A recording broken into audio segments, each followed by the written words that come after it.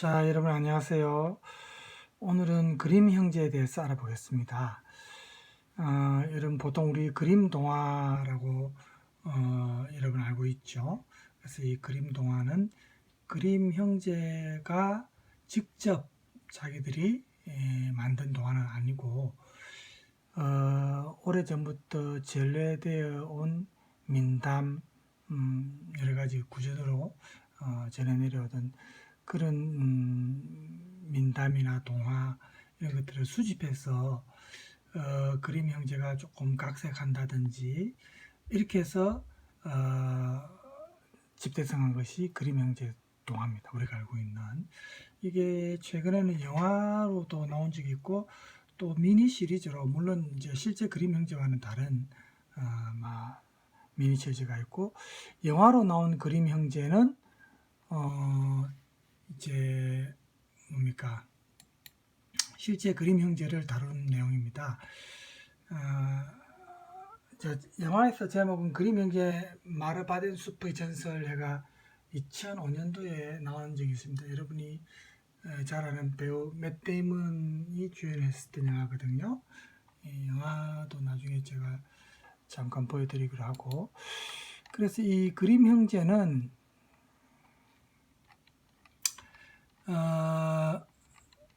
자, 여기 지금 우리가 이제 책 표지에 보면 보통 이렇게 나옵니다.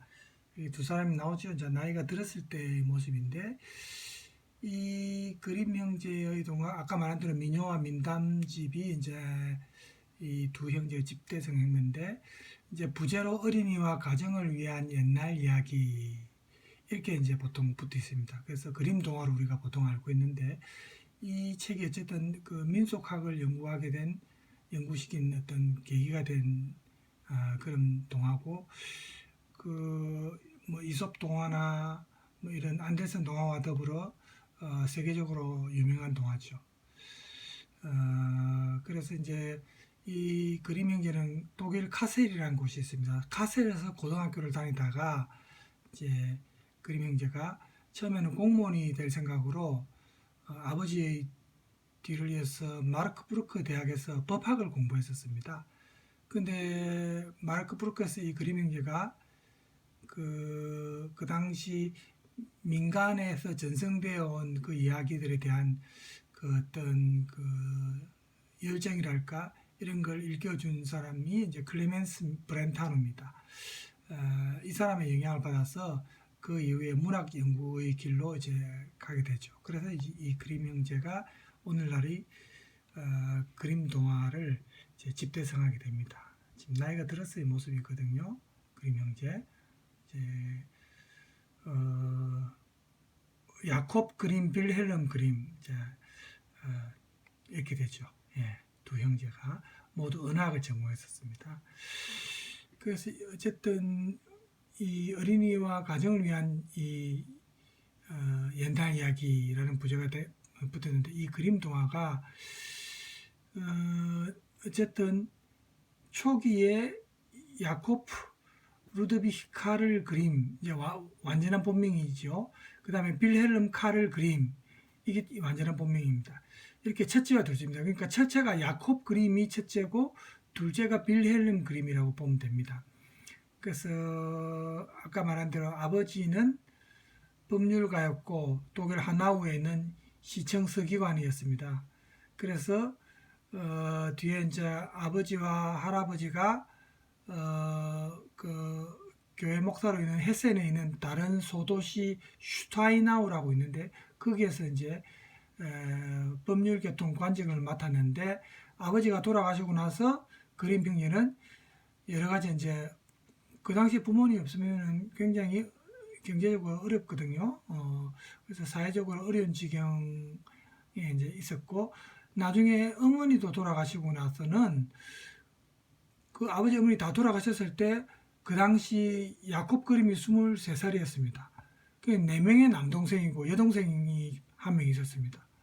그래서 야콥이 사실 체격이 작았어요. 호리호리하고 얼굴도 좀 날카롭게 생겼고 아까 나이 들어서의 모습이지만 물론 이게 초상하지만은 이렇게 보더라도 그렇게 뭐 건강한 얼굴처럼 보이지는 않죠. 그래서 이 부모님이 두 분 다 돌아가시니까 이렇게 어린 남매들을 부양해야 됐고 그랬습니다. 그래서 야콥 그림은 몸집도 작고 어쨌든 얼굴이 조금 뾰족하게 생겼고 빌헬름은 반면에 키가 좀 크고 동생이지만 인상이 조금 부드러운 편이고 같은 형제라도 조금 달랐습니다. 그래서 카셀에서 고등학교를 다닌 뒤에 이 형제가 이제 처음에는 아까 말한 대로 공무원이 될 생각, 아버지 뒤를 이어서 공무원이 될 생각으로 마르크 프루크 대학에서 법학을 공부했지만 나중에 이제 클레멘스 브렌타노 영향을 받아가지고 이제 문화의 길로 들어선다 했죠. 그래서 이 형제들이 어쨌든 오늘날 우리가 알고 있는 그림 동화를 만들게 된 겁니다. 그래서 이제 그림 형제 동화와 관련해서 우리가 또 조금 보겠지만 이 사람들과 관련해서 제가 이제 이 그림 형제의 고향이라고 하는 하나우를 도보 여행한 그 동영상이 있어서 잠깐 볼까요? 그림 형제가 이제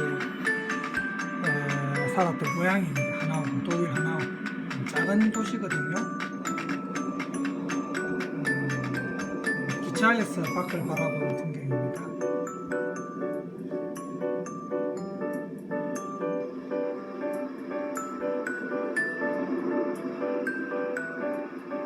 조금 진행할까요? 내렸죠? 지금 도보로 가고 있는 겁니다. 도보 여행이니까. 한번 발자취를 이렇게 쭉 이렇게 보는 겁니다. 물론 옛날과는 모습이 좀 바뀌었겠죠. 현대풍으로 바뀌었겠지만 주변의 풍경이나 이런 거는 조금 남아있겠죠. 이런 모습이고 제가 독일에서 공부했을 때도 이렇게 흐린 날씨가 많았습니다. 이 정도면 그러니까 날씨가 그래도 그런 데가 괜찮은 편입니다. 독일은 1년에 한 3개월 정도만 햇빛이 나는 일조량이 있는 그런 날씨고 그 외에는 전부 흐리거나 비가 오든지 이런 날씨가 많거든요.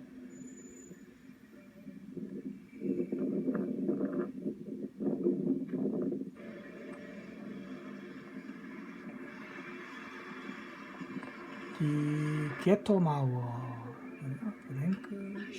독일에 이렇게 기념관들이 많습니다. 이렇게 쭉 하고 그러니까 우리가 말하는 기억 문화, 과거를 잊지 않고 기억하겠다는 그런 기억 문화와 관련된 그런 장소들이 많고 그래서 박물관도 많고 이렇게 보존을 잘 해놨습니다. 같은 전범국이었지만 일본하고는 완전히 반대죠. 이렇게 과거를 기억하니까 자기들이 반성도 하고 배상도 하고 그래서 지금 유럽의 주변 국가들과 잘 지내고 있지 않습니까?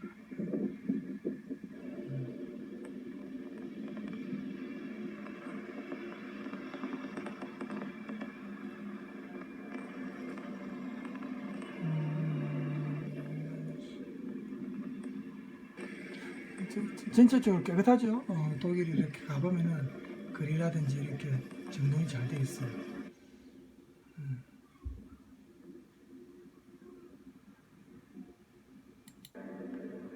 자, 이제 여기 그림 형제 동상입니다. 야콥 그림, 빌헬름 그림, 그죠? 조금 닮았죠? 동상이지만 형제니까 닮고 여기 나와 있죠? 야콥 그림, 빌헬름 그림.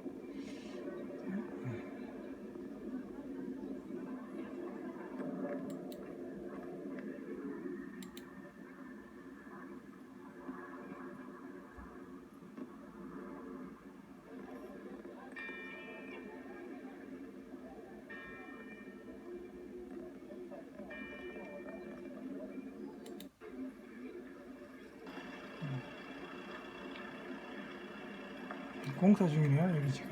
그죠?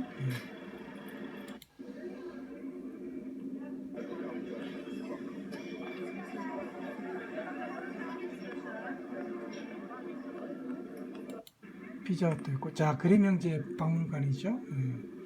디 파밀리 그림, 그림 가족입니다. 그림 형제 가족. 아버지, 어머니, 그리고 이제 아까 말했던 형제들입니다. 많죠? 여동생도 한 명 있어요.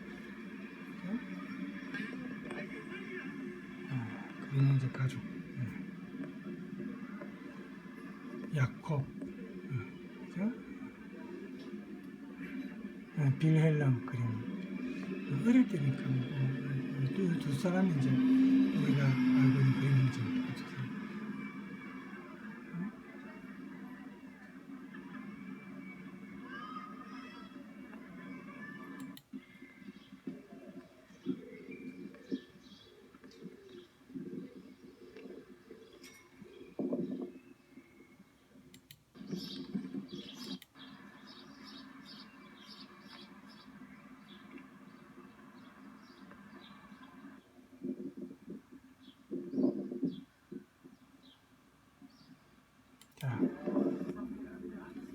자, 한잔 하고 시원한 음료수 좀 마시고.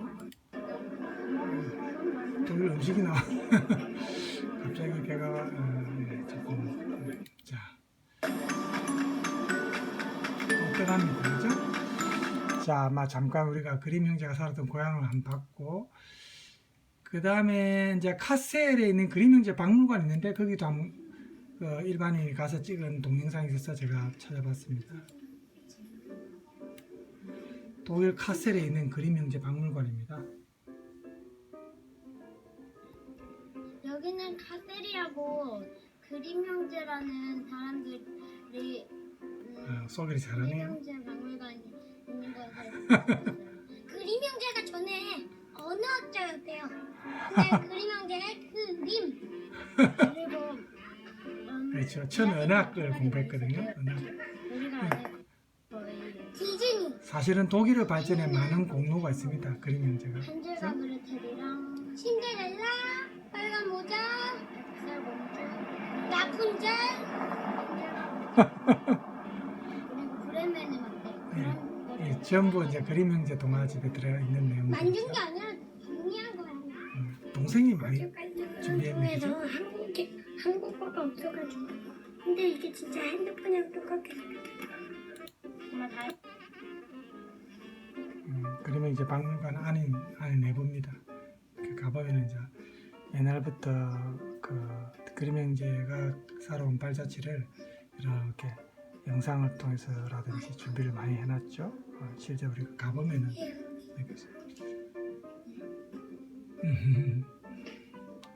우리나라도 요즘 뭐 어떤 유명한 인물의 개인 박물관이 많죠. 그 통영에도 뭐 박경리 박물관도 있고, 그죠? 우리도 가보면 비슷한 느낌을 받을 수 있습니다.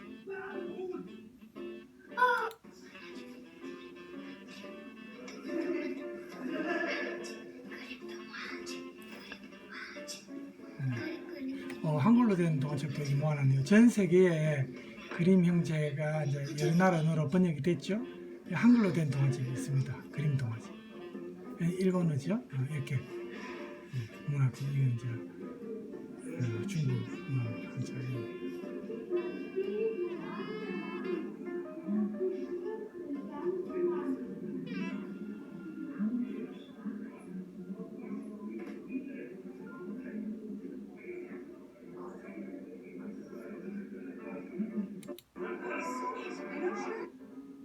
Rumpelstiltskin. Rumpelstiltskin. Rumpelstiltskin.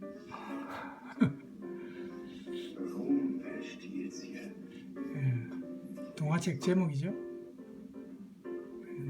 이 신데렐라는 그죠? 원래 잿더미 아가씨.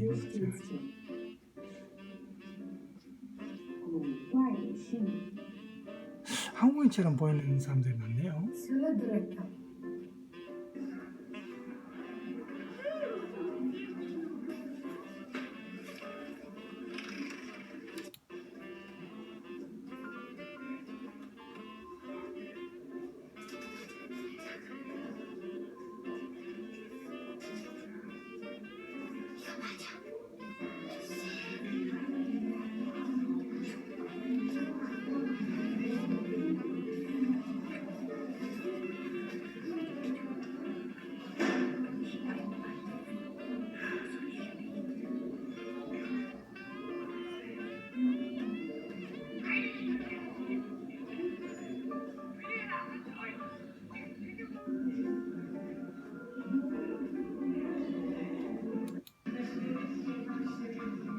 실제로 누워있는 모습처럼 보이죠.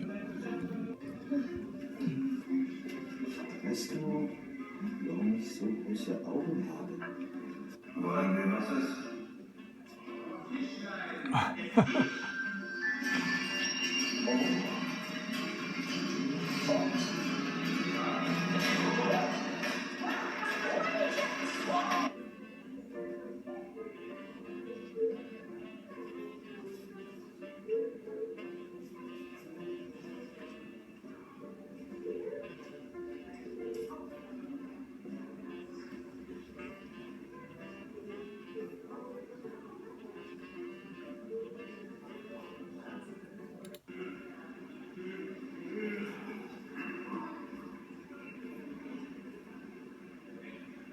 잘 그렸네요.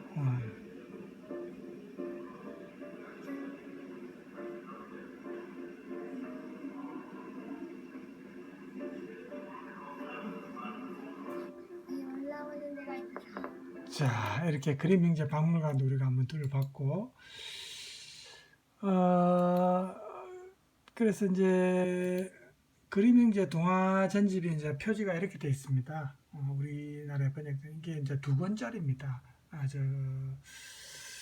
그래서 이거를 제가 이제 유튜브 주소를 보면은 이 읽어주는 사람이 있습니다. 이게 시간이 길어서 제가 이 동영상 수업 시간에 못 보여드리고 유튜브 주소를 보여드리면 이렇습니다. 그래서 여러분이 혹시 동화 전집을 듣고 싶은 분은 이 주소로 들어가서 2번 들으면 한 2시간 반, 3시간 정도 될 겁니다. 그래서 이 전집을 들을 수 있는 기회가 있다는 거 제가 참고로 보여드렸고,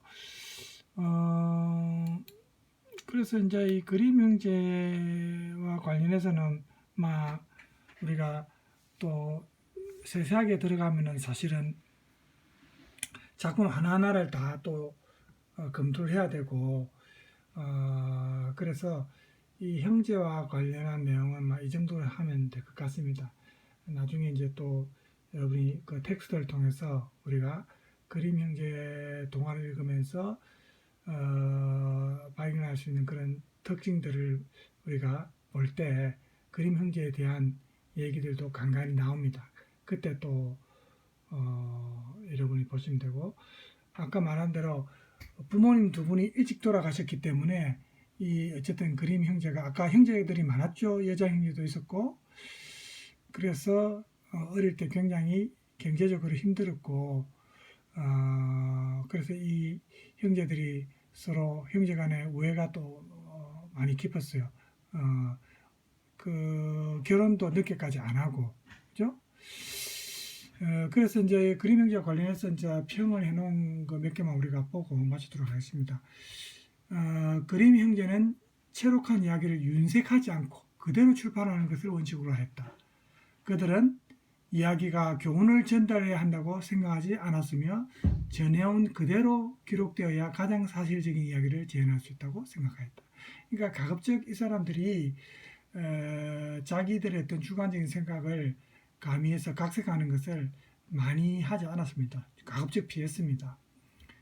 그래서 실제로 우리가 그림 형제 원작을 보면은 잔인한 장면들도 많고 또 성적인 부분들, 우리가 실제 동화에서 어린아이들이 듣기에는 조금 민망하거나 아주 또 잔인한 내용들도 실제로 있습니다. 그렇지만 이제 우리가 동화책을 읽을 때는 그런 내용들이 조금 빠지거든요. 아니면 조금 미화되든지. 그 원작하고는 조금 이제 어린이 수준에 맞게 언어가 좀 미화됐다는 것을 우리가 사실은 참조를 해야 됩니다. 그래서 또 내셔널 지오그래픽에서 이제 그림 형제의 작업에 대해서 설명한 말 중에 보면 이런 말이 있습니다. 학자들과 정신과 의사들은 그림 형제의 매혹적이지만 냉혹한 이야기를 접하면서 자꾸 이게 무슨 뜻일까 하고 자문하게 된다. 이런 말도 있습니다. 그래서 이 그림 형제의 작품을 보면 실제로 아까 말한 대로 잔혹한 내용들도 의외로 많습니다. 그래서 원작을 만약에 그대로 언어를 조금 미화 안 시키고 그대로 읽으면은 나이 어린 아이들이 읽기에는 조금 그런 잔인한 장면들이 좀 많다는 거, 원작은. 그게 우리가 실제로 이제 알 수 있는 내용이고, 그 외에 이제 그림 동화와 관련된 내용들이 좀 있는데, 생략하겠습니다. 왜냐하면 수업 시간에 우리가 텍스트를 통해서 보는 게 제일 확실하니까죠.